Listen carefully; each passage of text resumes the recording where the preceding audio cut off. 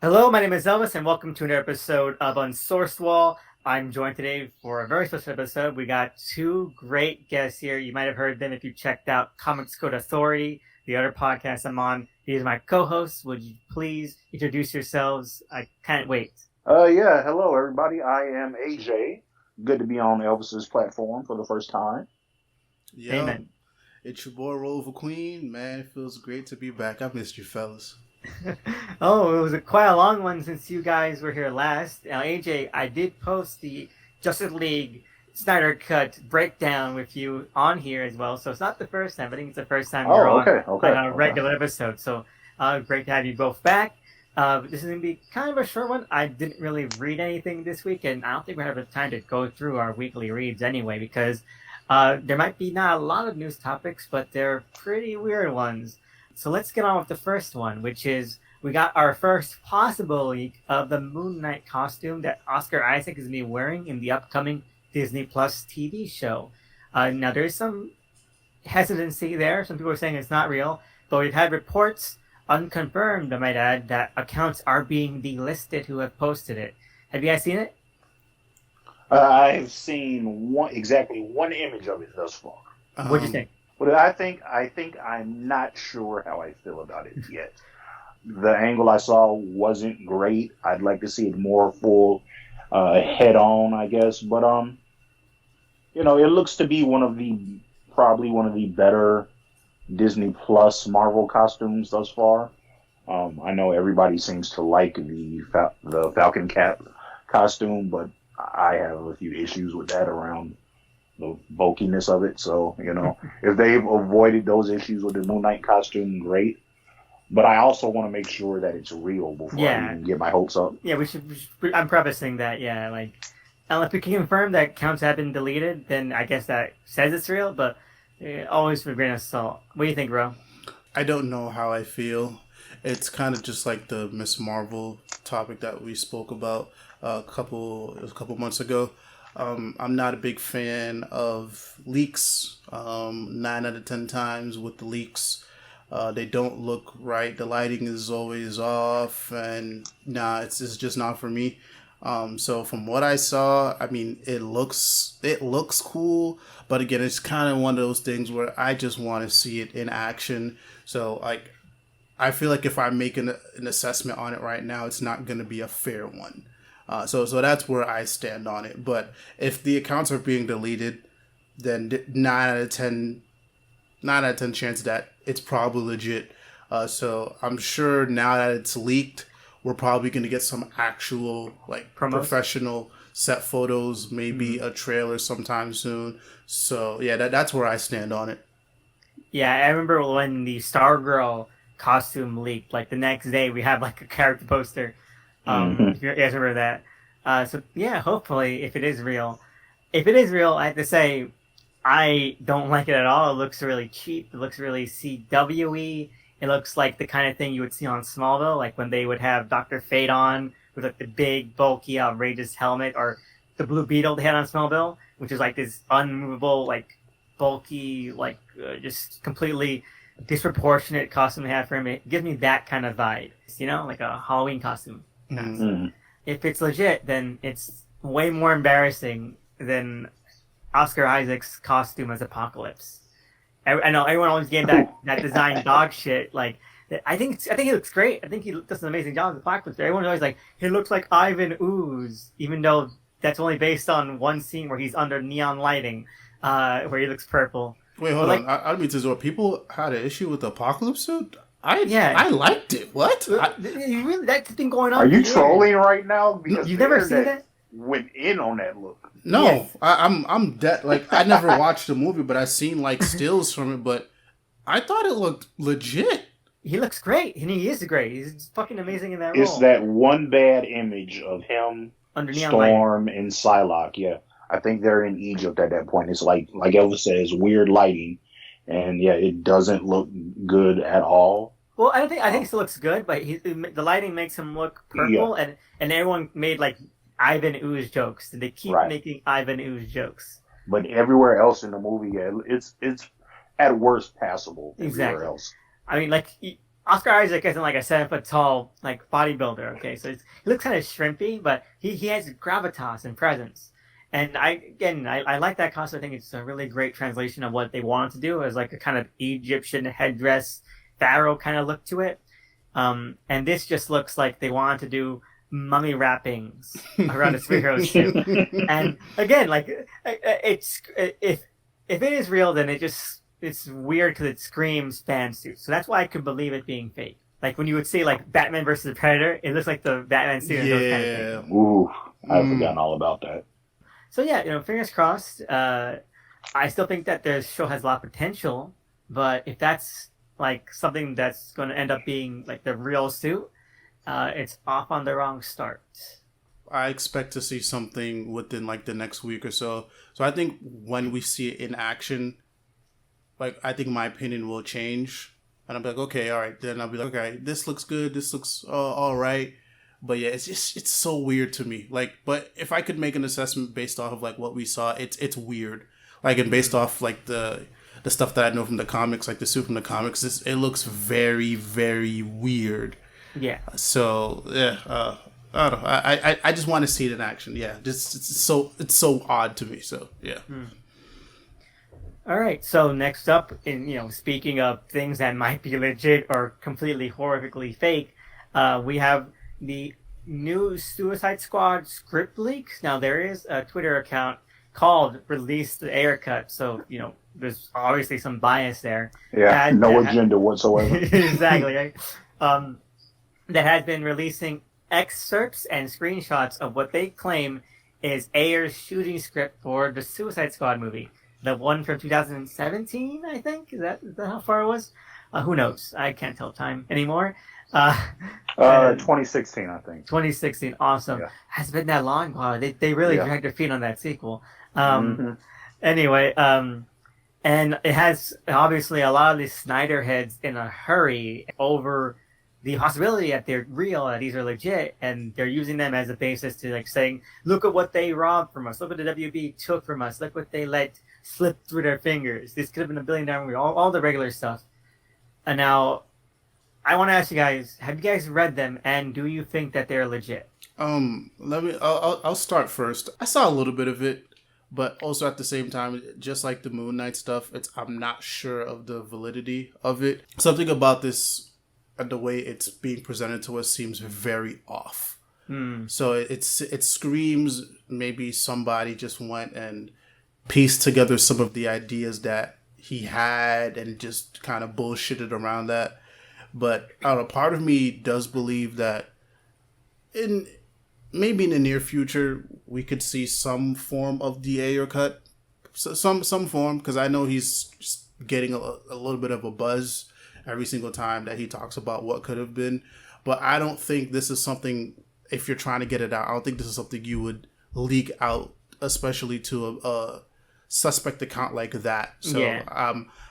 I don't believe it for 1 second. So, yeah. And even a little bit that I saw, I was just like, this doesn't sound legit at all. This sounds just off. Yeah. What do you think, AJ? Yeah, I'm on pretty much the same page. The script leaks that I did see, they incorporated things that were either in the theatrical cut or we know that Ayer had in his version of the film, right? Like the relationship between Harley and Deadshot. The scene with Joker threatening to blow up Deadshot's head and saying, Deadshot telling him, hey, I never had any beef with you, that, as we know, ends up being Common's line in the film. Mm-hmm. So it seemed like to me with those script leaks, and I'm saying that with heavy air quotes, that people took things that, like I said, we already know were possibly in the film and just rearranged them. And like Rose said, wrote around them to kind of make a somewhat believable presentation of a script or an early draft of a script. However you feel about David Ayer's writing, that is not the writing of a screenwriter who has had a fairly bit of acclaim in Hollywood. I know he's taken his lumps since Suicide Squad came out, but yeah, I'm sorry. This guy is much more talented than what we saw on those leaks. Definitely. So I really don't buy those.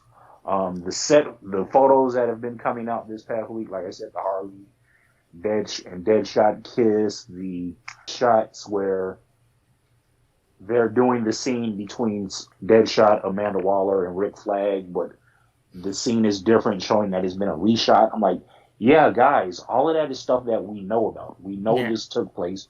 We know it happened. Ayer told us over 2 years ago. He told us that El Diablo was meant to survive that final fight, that Katana was supposed to be possessed by Enchantress. All of this is stuff that we know has happened. Is not anything that you all are telling us something new.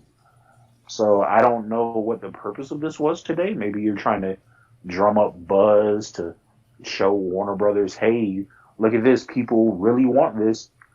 But I think people are overestimating the effect that any kind of buzz would have on Warner Brothers. Warner Brothers didn't put out the Snyder Cut because of online Twitter buzz or some Twitter harassment of folks.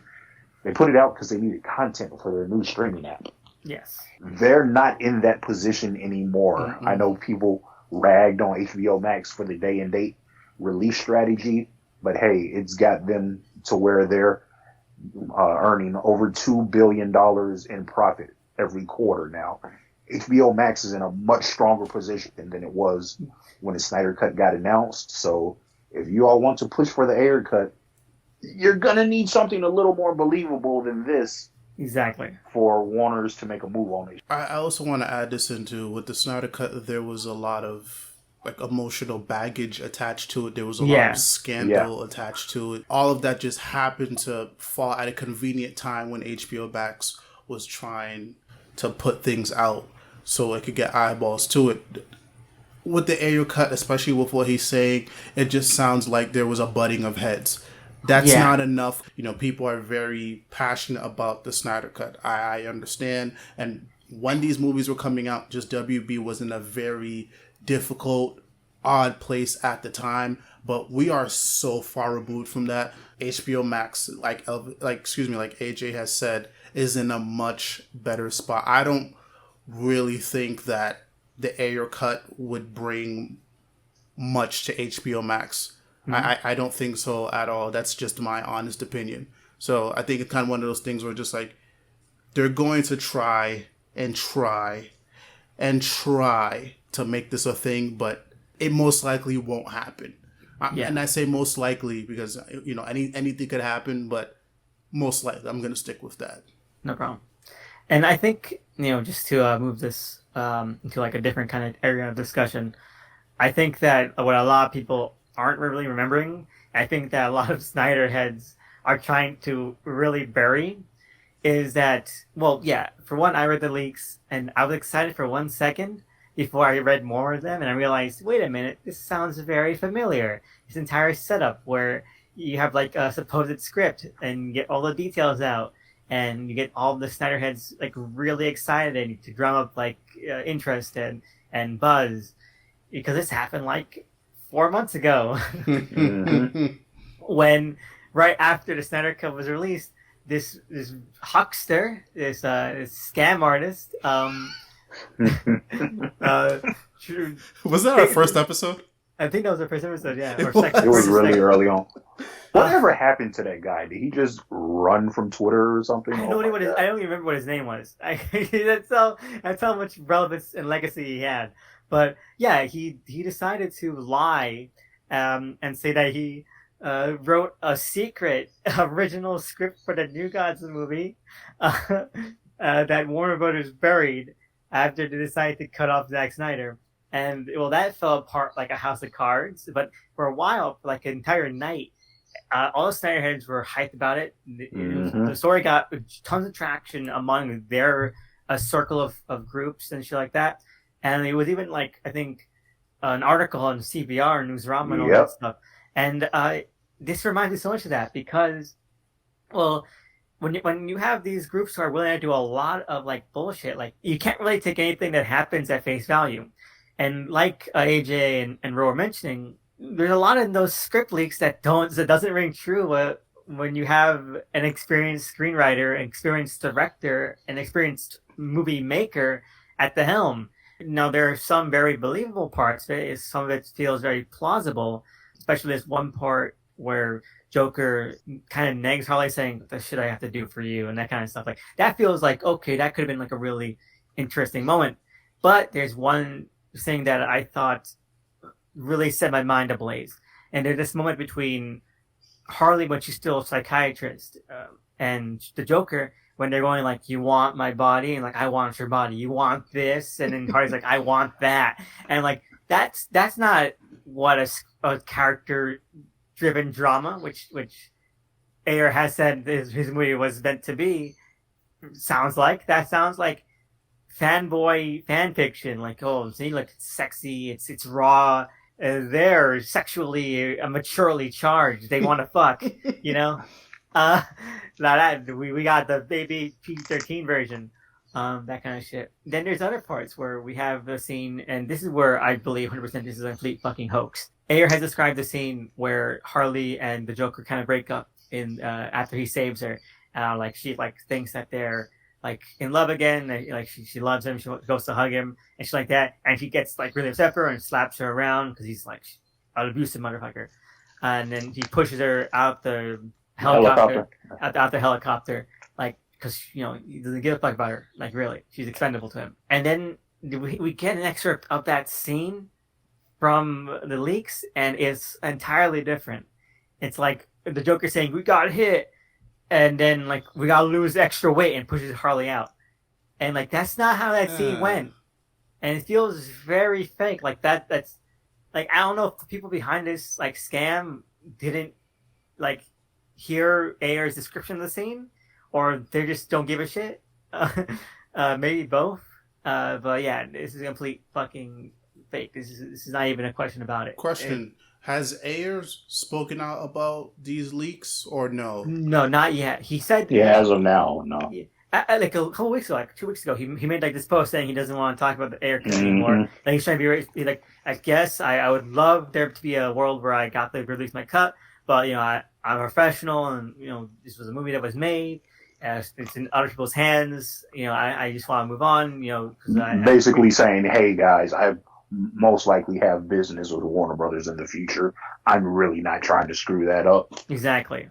Whether or not it's DC related or not, I don't know, but he doesn't want to mess up his paychecks. Exactly. Yeah, because I'm remembering when, you know, Snyder was posting out leaks. Like, he was behind everything. He was behind, you know, the set photos and everything else. But it seems like it's very coincidental that right when Ayer says he kind of wants to wash his hands clean of this, all this stuff comes out. Like, it would make sense if he was like, "Hey guys, these are the leaks," but no. Oh, like, here are some of my favorite parts from my script, that kind of thing. Yeah. But I think, and that's what really gets me, because there's a part when he gave out that press release. There was a very rabid section of the Snyder heads that were like, "Oh my God, Ayer, we're trying to fight for you. How dare you betray us like this, you coward!" Yeah, that was weird. And I feel like this might be an attempt to like wrangle Ayer back into the fight. Because under a lot of these leaks, there are people who are tagging Ayer saying, "Retweet these, man. Retweet your script."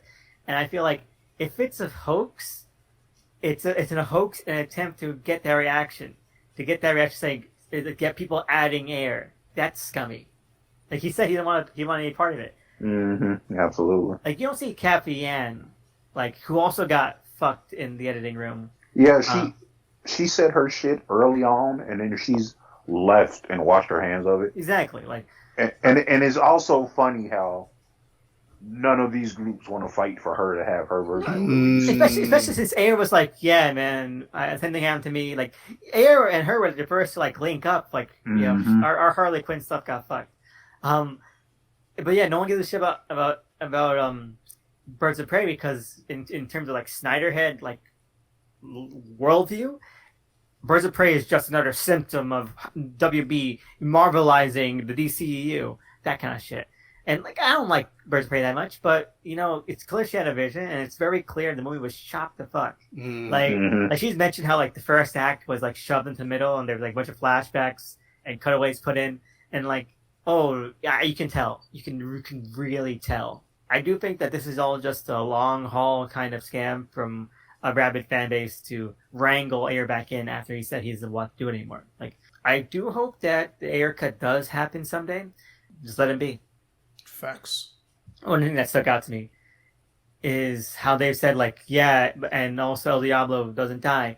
And there's always been a point of contention, and obviously Ayer hasn't spoken out about this either, where, like, I think he's only said one thing about it, and the thing is that El Diablo doesn't die in the original cut, but it's always been, like, a kind of back and forth in rumors about whether or not El Diablo doesn't die in the original cut and doesn't become the Aztec demigod, or he becomes the Aztec demigod and doesn't die, And like these leaks go in a very specific direction, and so I'm wondering like what's the reality here. And unless and they're always like, there's more where this came from. So unless they put up or whatever, then they need to shut up.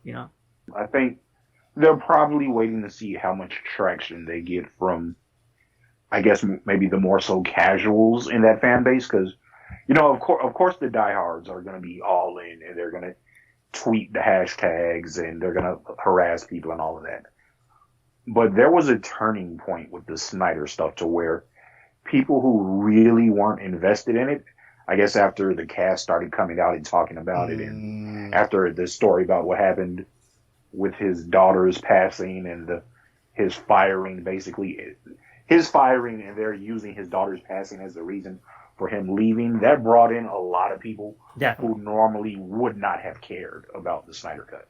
It's not going to be anywhere near the same, guys. Yeah, because at the end of the day, this is like taking guerrilla action to campaign for a standard director's cut. This is like someone saying, release the original director's cut of Daredevil. Like, that just happens because, they want, because the studio's like, you know what, we'll let you release that on DVD because we want to throw them DVD sales. So, like, I don't know. If they want, they release the Suicide Squad on 4K yet? Because maybe they'll put it together for that. That's a good question that I think about. Because that's the kind of thing that you would do for this kind of stuff. Like it only makes sense because you're not going to spend money to press a whole bunch of Blu-ray discs for a film that you feel like is not worth it for you. Exactly. But if you're going to put out a special edition of Suicide Squad, I could see that. Yeah, it feels like that kind of thing that would be on a bonus disc. Like, and no disrespect. Again, I would like to see it. But it's it doesn't have that same kind of like impetus. It's just another movie. It's just another movie. Absolutely. And also, I think one thing we didn't bring up is, well, we kind of did maybe sort of. Warner Brothers is trying to turn a page on that era, guys. Exactly. I know that, yeah, they're keeping actors and actresses around, and they're doing the bare minimum as far as talking about stuff that happened with the old regime in charge at the studio. But for the most part, guys, they're pretty much going their own way. They found their new direction, I guess, is what I'm trying to say, and I don't think they see any benefit in looking back. Yeah, and also, too, I think all this attention, it won't go past a trending topic on Twitter, and maybe CBR and the other comic book news outlets will cover it. But I think that's about it. But then again, at the same time, those news outlets cover damn near anything, especially on a slow news day, and it really doesn't take much to trend on Twitter. Fingers crossed. Like I said, if it happens, it happens. If it doesn't, I still prefer it to the sequel. Because the sequel sucked. We're gonna go past that. Yeah. You guys both liked it? You're dead to me. They're both terrible movies. I thought it was decent. Like, here's the thing with boring. Me. I was sleeping. Here's the thing with me and a lot of these WB movies. Like, I'll watch them once and I get what I get from them, but there's nothing I'm really gonna come back to. Maybe this one a little more than the others. Maybe one day if I get really bored, I'll watch Suicide Squad again. But I don't know, it's nothing that's just like, oh my gosh, it's amazing. I feel the same way that I feel about the Justice League Snyder Cut. That's how I feel. Oh, Well, I'll disagree a little bit on because I've watched Shazam a bunch of times. It's a classic movie. I haven't seen that one, and I haven't watched Aquaman. So No, you owe it to yourself to see those two. Like I'm not that high on Shazam, but Shazam is a good flick. Yeah, and like again, I'm not saying like that it's so much egregiously worse than their first movie. They're both neck and neck in terms of not being very good. I think I think their main thing drawing both of them back is that they're really boring. The stories aren't interesting and the characters are not interesting. But the thing is that the Suicide Squad, the first movie, the Air one, has the excuse that it was chopped to fuck. And you can tell, like, all the character scenes, all the character beats, and all the character arcs were chopped into montages that last 3 seconds. And so the movie has nowhere to go because everything that would propel the characters has been removed. And meanwhile, you have the new one, Suicide Squad 2. It's like over 2 hours long and has way less characters. And it's still fucking boring. It has no excuse to be this meanderingly slow. And you have Polka Dot Man, who's throughout the entire movie, and his character is nothing. He is one joke. His entire character is one joke. They keep repeating louder and louder. It's a bad movie. But it has no El Diablo, so Suicide Squad 1 gets the win. Anyway, let's move to like the main topic that we're here today with. All right, we have Substack, and if you don't remember, Substack was the newsletter forum app subscription service thing that made news like 3 years ago when a bunch of alt-right influencers, big air quotes, migrated there and tried to get things jumping over there because they kept getting banned from Twitter and Facebook. Like, oh, we're being censored. Join my Substack. Pay me $10 a day to read my tweets that aren't tweets. That kind of shit. But apparently they're making a move into being a digital comics reading service. And they've poached fucking everyone. DC and Marvel are wasteland. Who wants to describe just how dead DC and Marvel now? Oh my god, guys, it's over. I can't even go there. EBS was off by 4 months. Guys, wait, hold on. This is why manga is destroying the West. This is why, guys. Yes, it is. But no, seriously, like they've had. I'm gonna name off who I can remember. They've got Scott Snyder. They have Nguyen. They have Ram V. They have Chip Zdarsky. They have Tynan. I always knew how to pronounce his name. And like a giant amount of others. Hickman. Did I mention Hickman yet? Yeah, nah, but yeah, they got Hickman. That to me is probably the big fish. Hickman. They got a couple smaller others too. What, Teeny Howard? But still names. Still names that fans recognize. And you're seeing like a deluge of comics from the big two, especially now recent solicitations. Where like, oh, these things are not coming back. Like these things are ending really, really suddenly. Like you have Tynan's Maxi series over at Black Label, just going on a 4-month hiatus. No, until 5 month.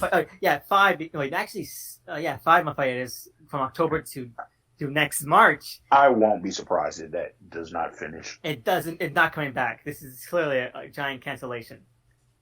He's like, oops, I'm making money. And here's the thing. There's now rumors that the sort of contract that these creators have signed was for 6 figures on average. Yeah, each one. It's I've heard that.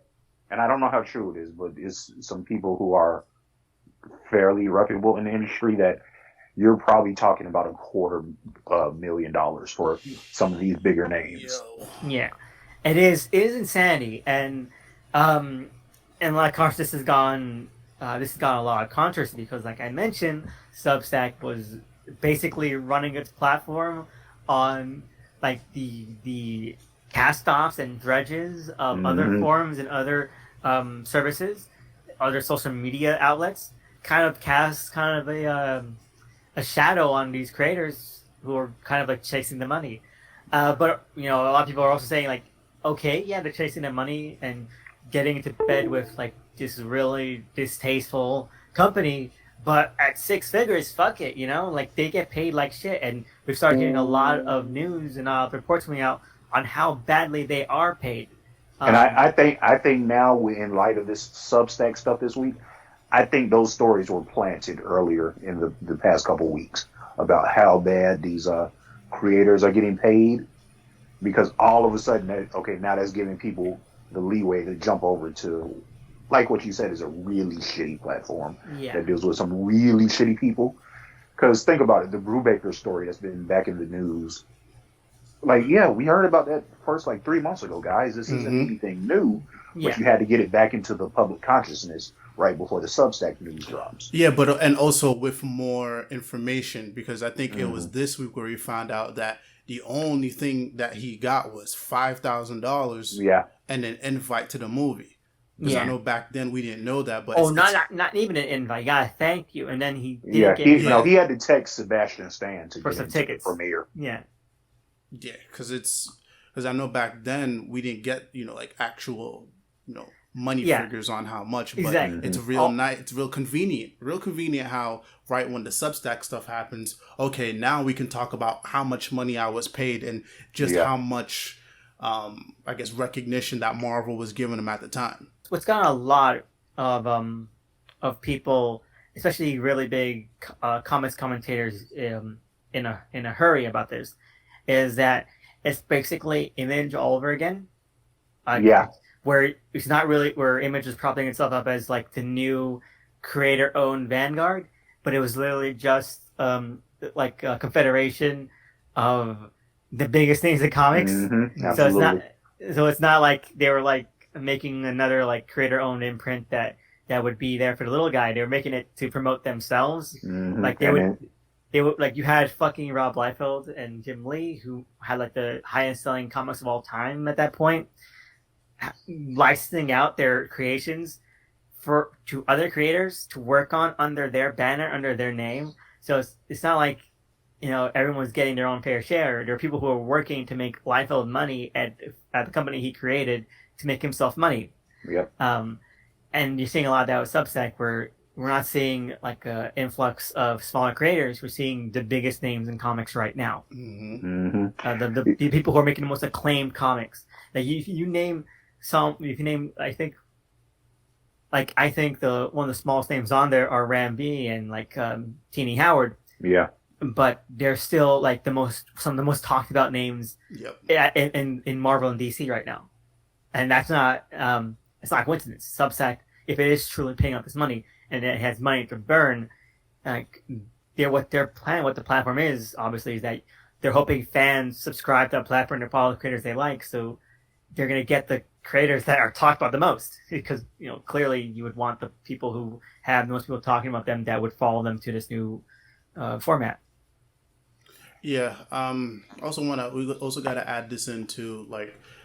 I know Zdarsky spoke about it, and I think some other folk have spoken about it too. I think maybe Vita Ayala.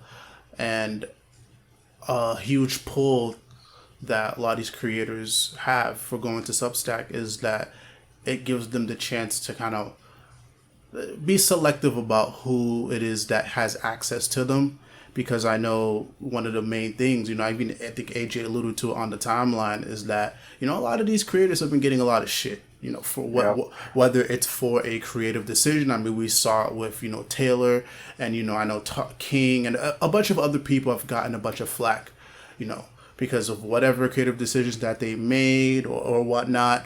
I know, especially whenever like a big decision such as like, a race swap or, a sexuality swap. I know once those types of things happen, a lot of, the comics gators, the alt-right or whatever, like the first thing they do is they make the videos, and then that in turn turns their fans to go over to Twitter and harass these people. So I think, I think one of the big pulls was just like, oh, wait, so people actually got to pay to see what I'm going to say? Oh, yeah, fuck it. I mean, why not? And I also get to control majority of my IP and, get to take home a big bag. Why not? So that, I guess that's another benefit for Substack, I guess. But I think for me, the main thing is just like, bruh, like I have a a decent amount of money to spend on comic books, but even so, that's expensive. Like I'm spending at least $20 to $30 a week on comic books, and now you're telling me I gotta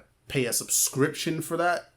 I'm like, I don't know. I don't know how sustainable that's gonna be in the long haul, especially, if this is like I don't know, like a digital service or kind of whatever type of platform Substack is like, I don't know if that's sustainable for me to pay X amount of money just for me to see your tweets or whatever like goodies you're going to toss out. That's another thing people have talked about, is that people who have used Substack are saying that it's not necessarily formatted to host comics. Like, it's not something that it can actually do. So people are saying, how is that going to work? How can we actually be reading comics on it? It's going to be like a web comic format. It's going to be like page by page, that kind of stuff. Yeah, I think Hickman was alluding to, putting a link to a PDF inside of the Substack. And I'm like, that's lame as shit. Yeah, then just, hey, bro, why am I subscribed to your Substack at that point? Exactly. And it's not like the most ideal situation. And like what Ro was saying, like, you're subscribing to this library of comics that these people are going to be like producing out.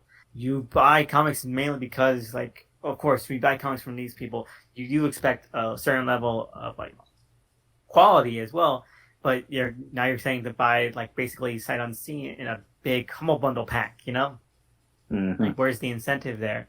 What if you get some shit? It doesn't seem like the creators have a very good idea on how this content's going to get out. It's more just like, hey, bro, just trust me. Exactly. Exactly. And that has been my biggest point with this. It's, hey, yeah, the comics may come out physically somewhere down the line, but if not, you can still get them in my newsletter. But I don't know, like you said, how this is going to work, how we're going to be posting these images. I don't know, how often we will be posting these, Like, it's a lot of iffiness surrounded with this that I'm really not comfortable with. It's kind of insidious, not just to fans, but also to creators, but smaller name creators, right? Like, Substack is giving out the bag to, like we said, the Hickmans, the Tynans, the Zadarskis, I think Nick Spencer's over there. Those guys, big names, okay? Like, hey, yeah, we're paying you money to come join us, right? And then your subscribers are going to pay you money to have access to your content, and then we're going to take a small fee off of what you charge them. So for those guys, yeah, it's largely great. But what happens then when the smaller creators want to come over? Because, see, Substack is not going to be offering them contracts. Or if they do, it's not going to be anywhere near a 6-figure contract. So now you're either paying these people very little, which is what's already happening in the industry, or you're not paying them at all. And then you're taking a cut of what they're charging their subscribers to a platform that we really don't know how this is going to work out. We don't know how we're going to be getting content. We don't know first off, we don't know how good the content is going to be. Mm-hmm. Number one, because, guys, I know we sometimes talk about editorial issues at these companies, but editors do a lot more good than bad, guys. And I haven't heard about any editors coming over to Substack right now. So, kind of can keep some of the crazier ideas in line. Then you have what Elvis was mentioning earlier. We have a platform that has made itself available to some of the people, the worst types of people on the internet. You got people who are just standard issue, a little fringe Republicans, all the way up to people who have alt-right views and some downright Nazism type views, and some of the views that they put forth and spill out. And I've heard, some of the commentators of the bigger names in the past week saying, well, hey, if you guys aren't comfortable with going over to Substack to support these guys because they're on these platforms, and then you would be joining this platform, you would be on the same space as them. But, like, hey, these guys are also on YouTube, and some of them are still on Twitter, and you use those platforms. Like, yeah, but it's one really big fucking difference, guys. I'm not paying $7 a month to use YouTube and Mm, Twitter. If these guys are on Substack and I'm paying the creators who I want to follow, I'm paying them a monthly subscription fee, and Substack is taking a cut of that subscription fee. I am supporting Substack, who mm. is supporting some of these people with abhorrent viewpoints. I didn't. I'd even look at it like that because I was about to rebut by saying, yeah, these people are on Twitter, and yes, these people are on YouTube. But I totally missed that last point that you brought up. Yeah, bro, that's very true. Yeah, so like that right there is like flashing neon signs for me. Okay, like, hey, I'm not comfortable giving these folks my money because I was all ready to sign up to Scott Snyder's writing class. I was all ready to give my money to Hickman, and then I said, you know what? Let me stop. Let me read a little bit. I read a little bit on it. I started reading some articles that folks who had written about Substack within the past year. I talked to some people who are currently on the platform now. I'm like, yeah, I don't know if this is something I want to support. Okay, that's my biggest issue, number one. My other issue is this. Substack is backed by a lot of Silicon Valley venture capitalists. That's where they're getting this influx of money from. Because Substack itself does not have a ton of cash to just be throwing around. They have investors. Okay, and these investors are, like I say, venture capitalists, giving them money, and so they're going out, they're poaching some of the biggest names in comics, right? But anytime you have a corporation that's backed by venture capitalists and they go in to disrupt an industry, and I was telling Ro this earlier in the week, they go in to disrupt an industry, in especially industries that typically underpay their talent. In this case, comic creators, comic artists, we know they are severely underpaid. And I'm not saying that they don't have a right to go chase a bag. They absolutely do. Mm-hmm.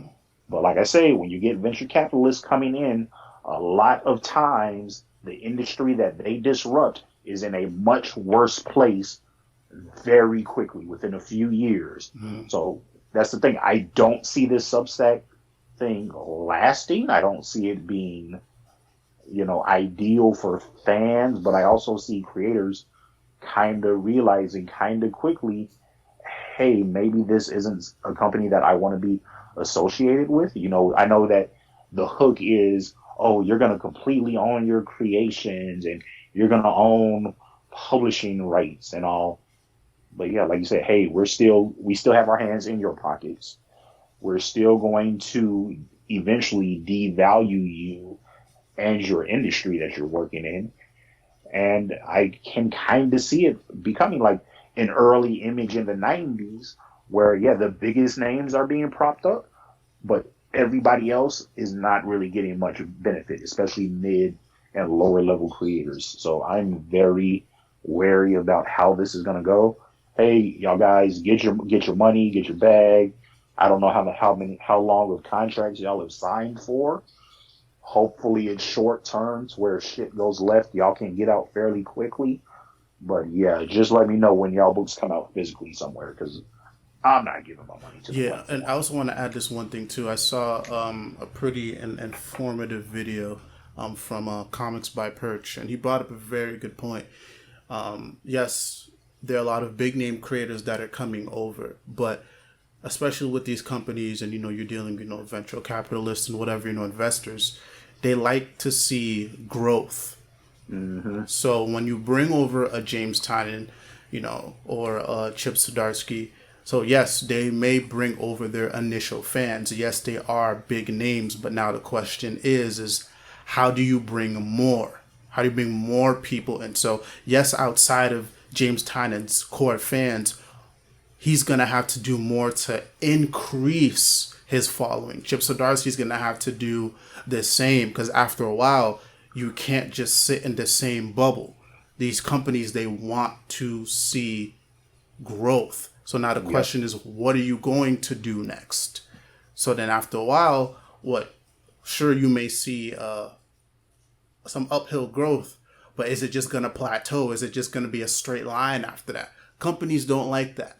They want to see that line go up, go up, go up, go up, and go up.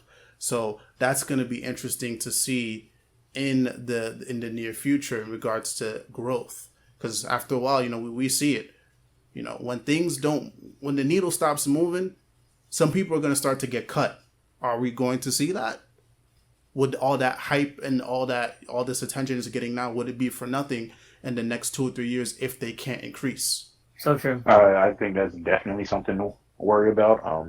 What you're talking about growth in these creators, it's a really good point to bring up. But I also have to think that some of these big creators, like your Tynans, your Hickmans, your Zdarsky's, yeah, these are all great writers. But some of these guys, you have to realize some of these numbers that they're putting out is not just because they're such great writers. It's because they're great writers who are writing on popular titles at big 2 companies, right? If I'm somebody, like, let's say I did like Tynan's Batman, and because I'm a Batman fan, am I just automatically going to follow him over to Substack because I liked his writing somewhere else when he was writing a character that I had an attachment to? I don't know that I would. And I wonder, is that going to be the case for a lot of other people down the line? I guess we can see, 6 months from now, hey, what is Substack looking like as far as the growth they have and the creators that they've brought on. I know probably the only one who's been somewhat transparent about how he's doing is Scott Snyder. He said, hey, he had a goal set in mind. He didn't give the number, but he said, hey, I need a goal to where this can be profitable for me after the contract is pretty much out of the way. And he's like, hey, have we doubled our goal in like the first 48 hours? And I'm like, okay, that's good. Now, can the other guys do that as well? But can they also can they sustain it from month to month? Because come on, we all know people, and we've probably done it ourselves. Hey, yeah, I might subscribe to this service this month. Hey, next month I might have an unexpected bill, or it might be something else I'm trying to do, or maybe I'm trying to save up for something. So, hey, I'm cutting out the unnecessary stuff. Is Substack really worth me? Is it that necessary to me that I'm going to keep paying that out month to month? I really think that's going to be interesting to see. Yeah. So, I think that's about all we can say about that for now, at least. Now, let's move on to what most of us watched this week. I don't know why one of us decided to torture themselves by watching more terrible television than they needed to. I mean, what are you gonna get out of season 2 other than more boredom, AJ? Yeah, I'm actually kind of dreading season 2. Season 1, I'm rewatching again, and I'm not hating any of it. Like I always like season 1. I think season 1 has great chaotic energy. It feels a lot like Doom Patrol, but like yes, absolutely. It feels like because it keeps bouncing around, all these concepts being thrown at the wall. It feels like very lively. And in season 2, tried to be like this really serialized story arc, and it falls flat on its face. God. But we'll see what happens when I get to season 2. But right now, I'm watching season 1 again, and I'm digging it. Season 1 is not bad. I might get to about episode 3 or 4 and decide, you know what, I can't do it anymore, and just skip on to season 3. But like the nuclear family was really fun. Yeah, absolutely. But yeah, if anyone's not noticing what we're talking about Titans. The season 3 premiere happened on HBO Max, the first season on HBO Max, and yeah, we got the first episodes of it, and you know what? I really enjoyed it. I think, like you can tell from what I was telling the AJ right there, I did not like season 2. I thought season 2 was borderline unwatchable, and I liked season 1. Season 1 was very energetic, had a great motivation, great momentum, great energy to it. But the story wasn't that great. In season 2, the story was a lot better. Like there's a really captivating, emotional, character-driven story there, but the presentation execution was god awful. Season 3, though, kind of the best of both worlds. It's not as like fun as season 1, but it's also not as smart as season 2, but it's way more entertaining. What do you think, Ro? I did not stick around for season 1 of Titans. Nope, wasn't for me. Nope. I didn't even make it past like 2 episodes. I kept falling asleep. That's what the problem was for me. I kept falling asleep. And yet you like Daredevil. Yeah. When I was a boy, I'm telling you, man. Daredevil. You embarrassed me in front of my girlfriend in Canada. I'm the kingpin. Yeah, I could stay awake for season 1. Season 2 was a chore. Oh Like, my god, it was. and we mentioned it on the podcast. Like, the only reason why I stuck through because it was just the only good Dick Tracy content that I could get. But man, like it dragged its feet. Like it's something again I would never go back and rewatch. No. That was torture. But season 3 so far, what I'm liking about it, it seems very focused. It seems very laser sharp in what it's trying to do. It got all the Titans together in Gotham. There is a clear goal here. They're trying to get Red Hood, and even though there's a clear focus here, but they're still lightly focusing on the other characters, and I do believe we're going to see more of the development, such as Starfire. Like they're clearly hinting here that there's a big story coming with her. There's like a little bit of a weird relationship happening with Garth and Connor. Obviously, Dove and Hawk. We're gonna talk about that big reveal at the end. Yes. But yeah, it I don't know. The energy feels different. Like I don't know. Maybe it's because maybe Hill has more of his hands in it. That could be something. I doubt in it too. But I don't know. But it feels good. Yeah, definitely. It feels very good. But also, I gotta throw this in here too. We're still dealing with a lot of the people who are working with the CW stuff. Now, season 3 is typically when things start to get a little wonky for me. So For you. Yeah, see, things start to get a little wonky for me, but I hope that this isn't the case here. I hope that this season 3 can actually be good and it progresses on to a season 4, season 5, or whatever. So far, these first 3 episodes, I liked. So I can only hope that it stays that way. Mm-hmm. I totally agree with you on a couple of things. I think that it does have this really great energy to it. Like, it feels good, like you said. And I attributed that to its sort of franticness. And I think, like, you're right, it does have like a singular goal: stop the Red Hood, find what Red Hood's doing. It's sharp and focused there. The rest of it is all over the place, and I think that's what makes it really fun, because it's always doing something different. And that was always what made season 1 really entertain me, because it was always doing like really weird stuff. 1 second you're in Doom Patrol, 1 second you're like these sitcom suburban assassins, another second you're at this monastery with killer nuns. It's doing all this wacky shit in season 1, and it kind of seems like we're back to that kind of level in season 3 here, where, like, yes, everyone is focused on like this one plot line, but it's insanity. It's pure like goofball wacky shenanigans that are also really, really horrifyingly scary in a way. And I think that's what really makes it. It feels very much like Gotham. Like, Gotham was obviously the counterpart to Smallville for Batman, basically. If you guys haven't watched this before, people listening. But it had this great tone to it where, like, it would take, like, the grimy kind of edginess of, like, Gotham City, but, like, twist it with, like, weird goofball shenanigans from, like, the original 60s television show to, like, the original Burton stuff.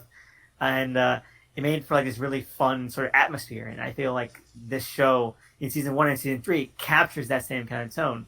And I remember when season 1 was starting out, I was like, I hope this turns out to be a sequel series to Gotham. Like, this is going to be revealed someday to be a stealth sequel to Gotham. And I still think that would be really fun, because it has the same kind of, like, mood to it. Elvis Crisis on Infinite Earths kind of put everything together. Fingers crossed. But no, I do think that there's so much fun here, because, like, on 1 second you're having like typical superhero shenanigan, and then you have like Dick and Barbara like bullshitting, and then, oh shit, people are dying. Oh shit, people are dying. Oh shit, the double cross, there's a triple cross. There's like people, there's like lies within lies within lies. They're like, oh, there's a misdirection, another misdirection inside a misdirection. It's so messy, but that's what's fun about it. Like, it's insane. Yeah, I didn't get this. I didn't get that feeling at all from season 2, because again, it was just trying to do too much. but it was, yeah. But right now, what I'm feeling, I'm feeling what I'm feeling now with the Superman comic. But it's like every single episode, like there's something that's like, yo, I feel uncomfortable here. What is gonna happen? Like it feels like at any fucking moment, something crazy is gonna happen. Whether it's Red Hood or something with the Titans, and I love that when I can feel that uncomfortable feeling. You got me hooked. Exactly. You got me like I said, for season 2, I didn't get that, but again, it was just more like I was forcing myself to watch it. But here, it's just like, all right, bro, we hitting that next button. We hitting that next button. I gotta see what happens because when you can get me pulled in like that, oh, bro, you got me. Like I'll get naked for you. Like this is it. I want more of this. He's not lying. He is naked. We can all see it. Yeah. But no, I totally mean it. It's off the wall. It's entirely off the wall bullshit, and that's what I mean. That's why the exact same kind of thing I got from Gotham. Because at one point in Gotham, like you could see like, oh, it's a regular kind of procedural, but oh no, it turns out the guy committing the murder straps into giant weather balloons so that they can explode in the atmosphere and fall back to Earth. We're calling him the Balloon Man, and he inspires Bruce to become Batman, and that's a real episode in Gotham. It's ridiculous and amazing. He wears a pig mask at some point. It's that kind of energy. It's that kind of boldness that I love to see in these kind of shows. Also, I want to add this in too. Like, I like what they're doing with the Red Hood story. It's because it's weird. It's weird. I do appreciate it because it's like when Red Hood first resurfaced, they did their best to let you know we're not going to be rehashing old storylines. Like they mentioned Roz. Because the first thing when you're watching Red Hood come back, the first thing you think is, oh, shoot, they threw him in the Lazarus pit. And then Roz is involved. The first thing they said was, no, Roz is here. So that's automatically taken away. And then you also got to talk about what they're doing. What? You mean we're not going to get Talia banging her beloved's adoptive son?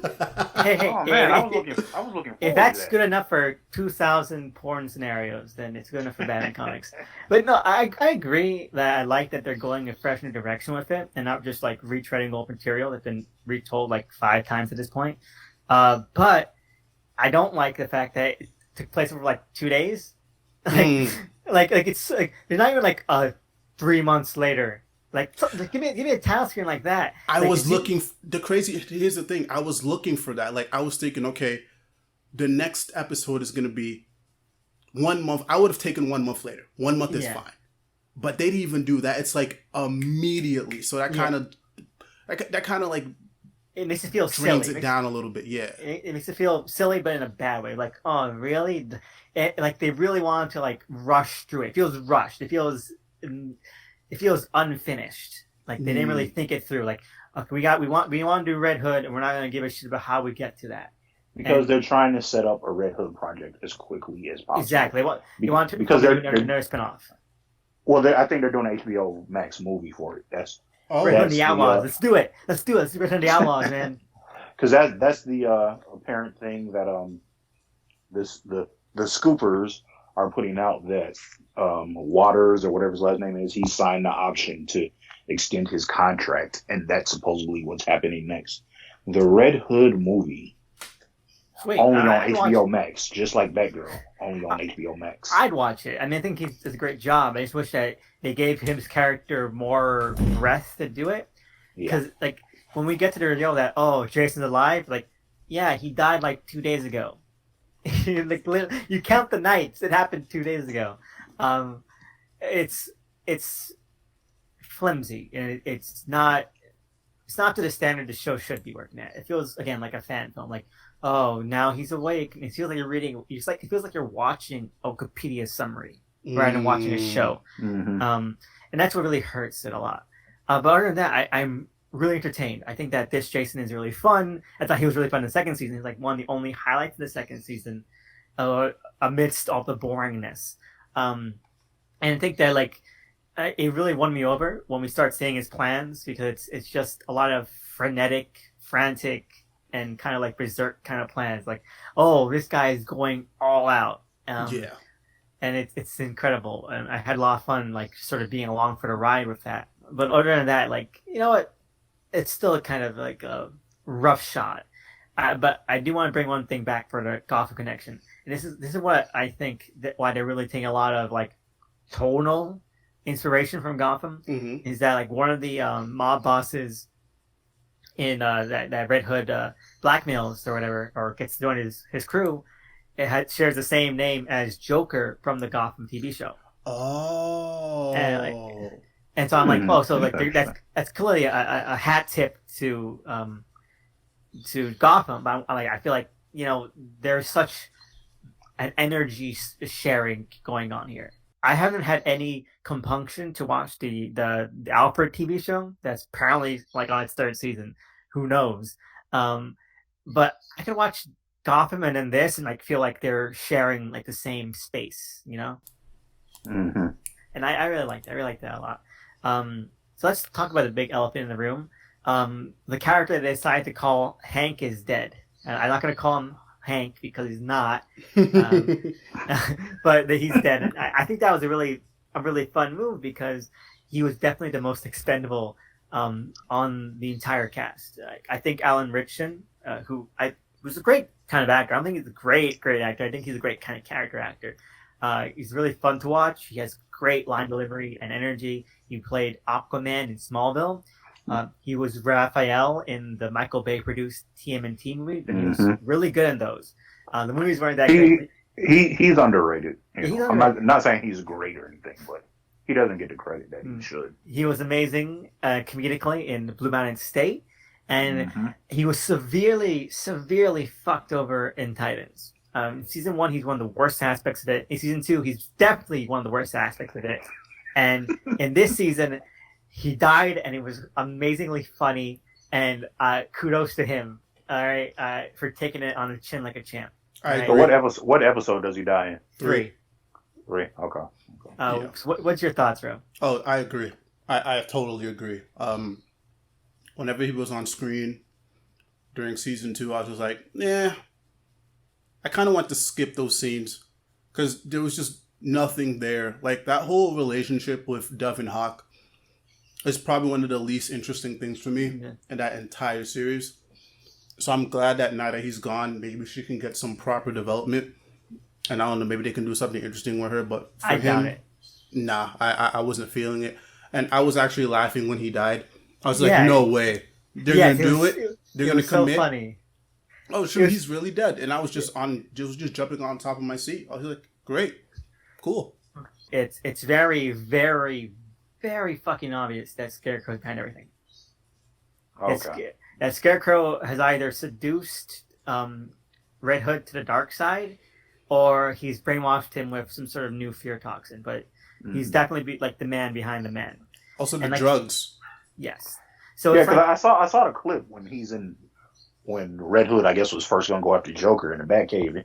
He's just willingly inhaling this shit. I'm like, okay, I guess. I thought it was like maybe Venom, but it's not. That's what I thought at first too. But then all the online theories were like, no, he's trying to relive his fear from when he got knocked out the window in, I guess, season 2 or some shit. So we never say anything to that effect, but it's very obvious that Scarecrow's behind everything.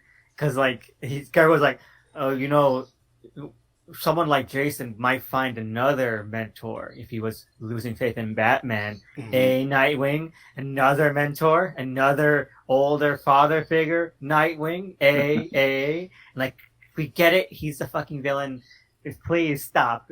Worst scenes.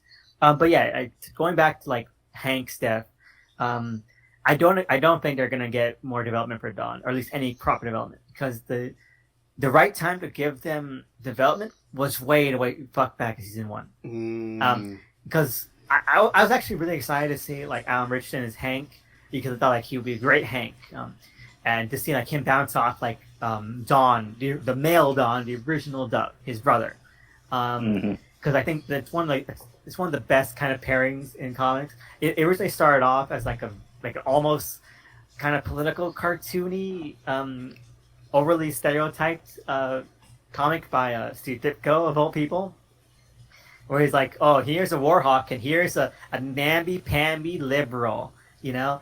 Hawk and Dove, they're brothers, but one's like a hot-blooded American and the other one's a wimp, that kind of shit.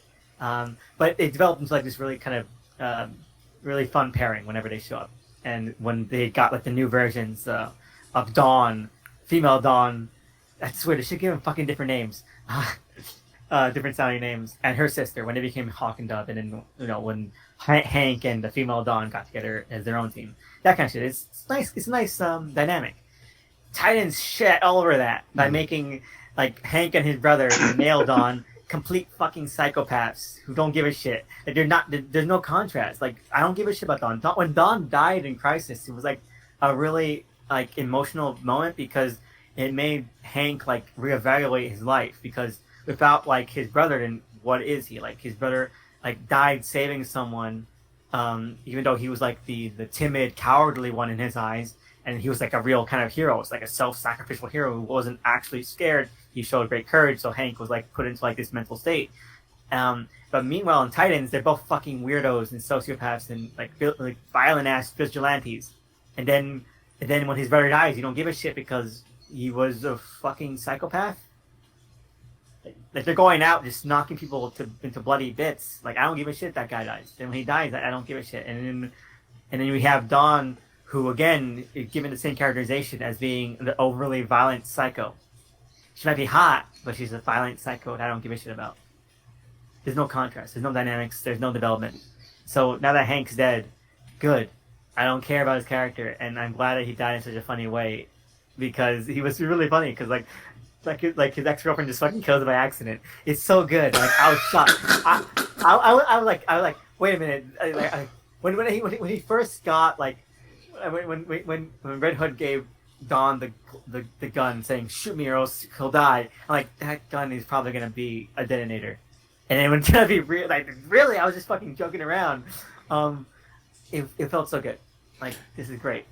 I didn't want to believe it. I didn't want to believe. It's like. No, what he has in his hand is definitely the detonator. And then when she pulled the trigger and was like, oh yeah, you pulled the detonator, I was like, this is a dick move. This is hilarious. And I appreciate it. This is Dark Knight, because it's never been confirmed, but I'm pretty sure that's what Nolan had in mind for the Dark Knight. When the Joker has the two fairies. The bomb. I'm pretty sure he gave each their own detonator. Like it's never been talked about. No one's never said anything about it. But I always thought that was the implication. And I always think that whenever something like this happens, like that's so great, that's hilarious. And you know what? Again, I like Alan Richardson, but Hank was dead weight, and so was Dawn. And so if they both die in the season, I'll be doubly happy. I know Dawn's actress is hot, and I know that some of our mutuals are like, I watched this only for Minka Kelly, but like she could be cut out of the show. I would not give it. Yeah. But yeah, it added to the off the wall nature of the show because you don't expect things to happen, and it's willing to throw a curveball there. But also at the same time too, I wouldn't be surprised if they brought him back at some later point because you know how these TV shows are, man. Nobody stays dead. He's gonna come back as Monarch to usher in a version of Infinite Crisis. Yeah. Well, I said, man, you already got 3 resurrections. Well, 2 happening this season. I won't be surprised for another one, man. Yeah. Yeah. But yeah, it's a good amount of episodes. I think that this is probably the best written the show has been in terms of just basic structure. Like that, it's serialized like season 2 tried to be, but you don't feel bored. Nothing feels dragged out. It feels like a movie. Yes. Each episode flows into the next seamlessly.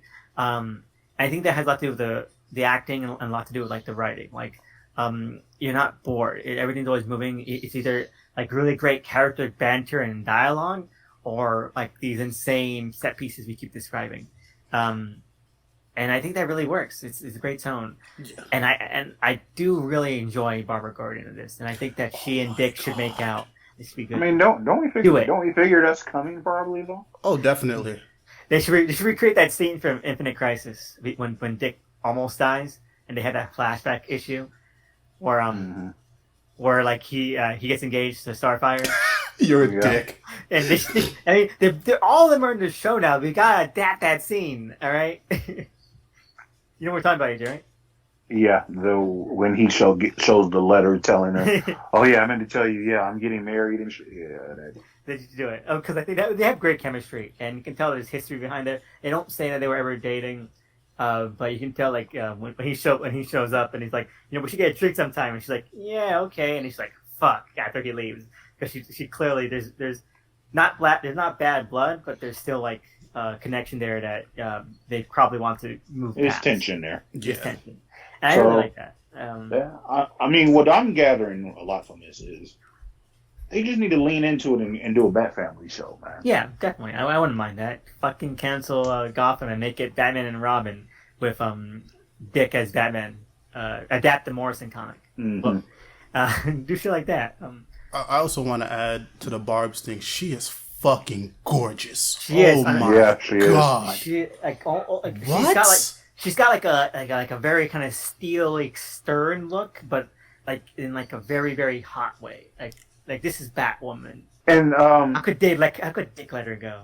Yeah. How could he? I mean, Grayson's never had the best decisions when it comes to women. Yeah. Facts. Is she the actual commissioner or is she a detective? She's commissioner. Yeah. They mentioned that Commissioner Gordon was murdered by Mr. Freeze. No, but they actually got like Dylan O'Brien. I think his name Dylan Bryan, not Dylan O'Brien. Something like that. Who's a character actor who's been in a lot of stuff that I really enjoy. He was the serial killer father in Trick or Treat. If you have seen that movie. And I'm guessing that at some point down the line, we're probably going to like get a flashback sequence to his death or something. Yeah. Okay. Because you don't cast like an actual actor, just to like be in a photo. We're getting scenes with that guy. I can't wait. He looks great as Commissioner Gordon, and she's great. Her acting's great. Everyone's great in this. Yeah. There was that quick scene I want to like briefly touch on, like where Dick was kind of going through the potential Robins. So we saw what's her name? I saw Carrie Kelly, Stephanie Brown, Thomas, Stephanie Brown, and someone named Daxton Chill. Is that a real character? I don't recognize that name. Oh, Chill. I'm guessing somebody threw up a comic panel, like a guy, like a red-haired mohawk guy. Oh wait, no, he's a friend of Big Thomas's. Okay. I don't know. Is he related to Joe Chill? I'm not seeing anything on his Wikipedia page, but he was part of Duke Thomas's gang back when Duke Thomas was Robin, and not like the lame ass Signal. Well, Chill, huh? That's not a name you just throw around. Exactly. In a Batman-related series, so yeah, I could see that. Let's talk about I don't think we're going to see those characters. No, because they were very obviously stock photos. Like they got them off Getty.com. All right, like these are like blonde woman karate. We gotta show that she's like a martial artist, okay? And you got to realize they've already met their black quota. They race bent Tim Drake, and you have Starfire. So yeah, we're not getting a third black person on this show. I do want to talk about Tim Drake. I think that I would like him better if it was so fucking clear they were rushing things. Like it's one of those things where like I really enjoy Jason Todd, and it's so weird that like in the span of 2 days, Jason dies. We meet Tim Drake. Tim Drake is established. Jason comes to life as a villain, doing a lot of villain stuff, and we're clearly gonna get Tim Drake as Robin down the line. And it's like, I feel like they're going to rip off Duke Thomas for Tim Drake.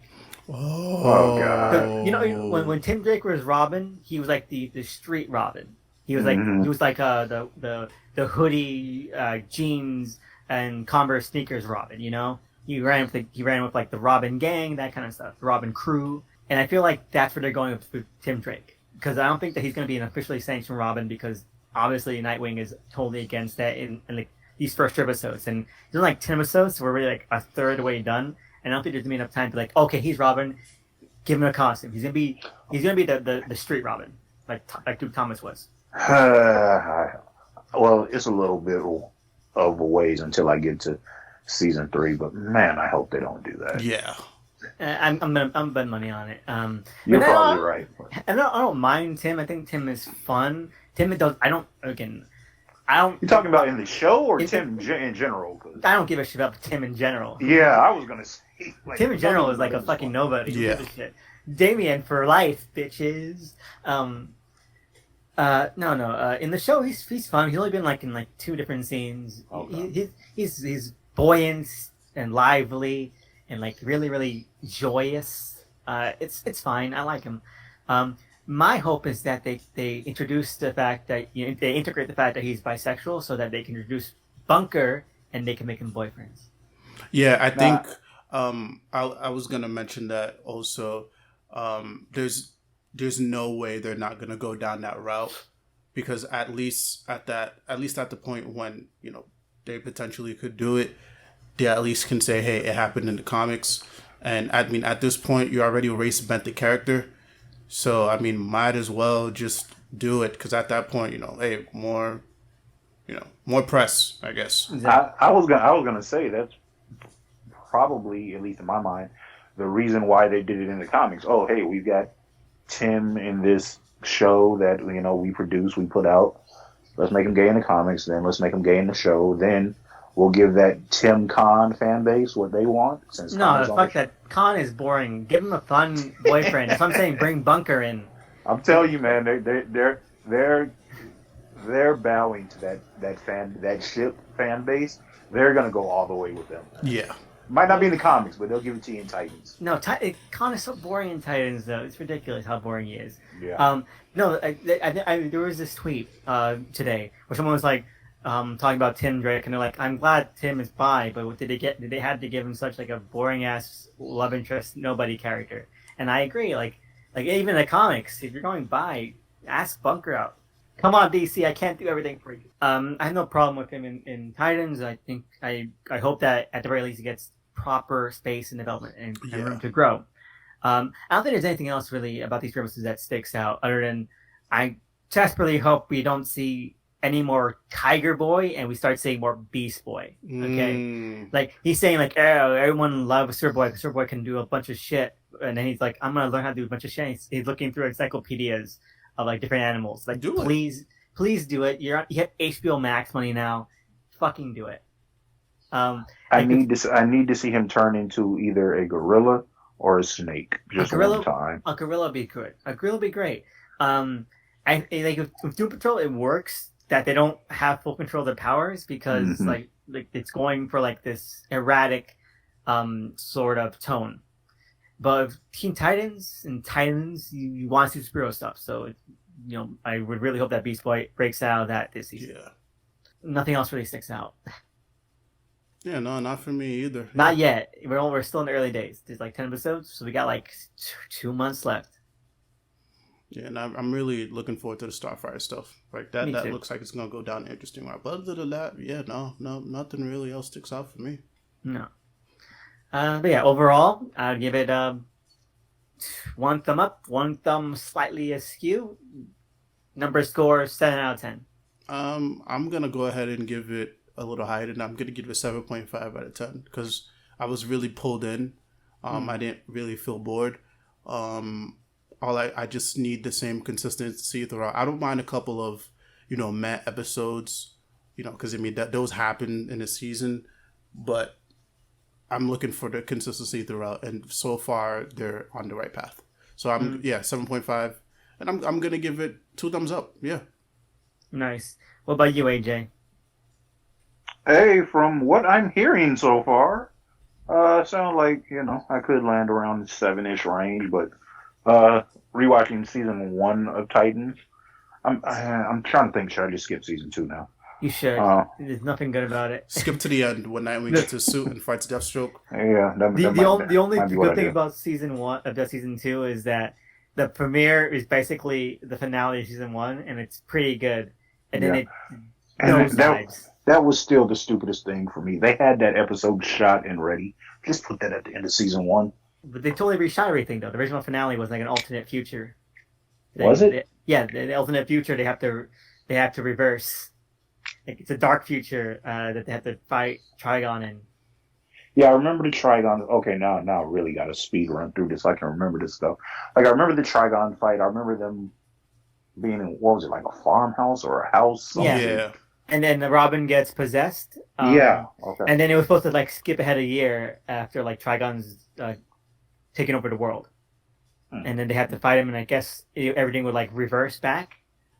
But you would see like Starfire and like her like battle suit with like fur and everything. The Doom Patrol were gonna come back to help them out in the final battle. That kind of shit. Now that would have been nice to see. That would have been great. All this was filmed. They scrapped it like basically at the last minute. So we have like stills and screenshots of like the Doom Patrol at their part of the finale already. Still, I'm trying to remember. Are they supposed to cross over with Doom Patrol again this year? no. But Doom Patrol has teased that they might be getting another spinoff. Okay. And I'm fingers crossed it's an element. Anyway, I feel like that's about it. Any last thoughts? No, and I think that's it for me, man. What about you, AJ? Last thoughts? Last thoughts. I guess I'm just ready to hurry up and get into season 3. Sounds pretty interesting from what you all are saying. Sounds like I'll probably enjoy it. HBO Max, just go ahead and make the Bat Family show. Y'all clearly want to do it, and I'll be watching, so do it. Yes, Batman and Robin and Batgirl. Hey. Yeah. Anyway, so I guess that's it for this week. I want to thank you guys so much for joining me. It means so much. I think this is really fun. So let's do it again sometime. Absolutely. And I want to thank everyone out there for listening. That also means a lot. Thanks so much. It's really humbling. I want to give a shout out to the usual cover artists for the show at DOTEMCE on Twitter. Check them out. They're great. Give them all the likes they can get. I'm going to put all your information below. So please check out Ro's links and AJ's links. They're really great. And yeah, it's always worth a while to like check out their takes on stuff, even if we disagree sometimes. But yeah, have a great one out there. Stay safe and see you again next week. Say bye, guys. See ya. Till next time.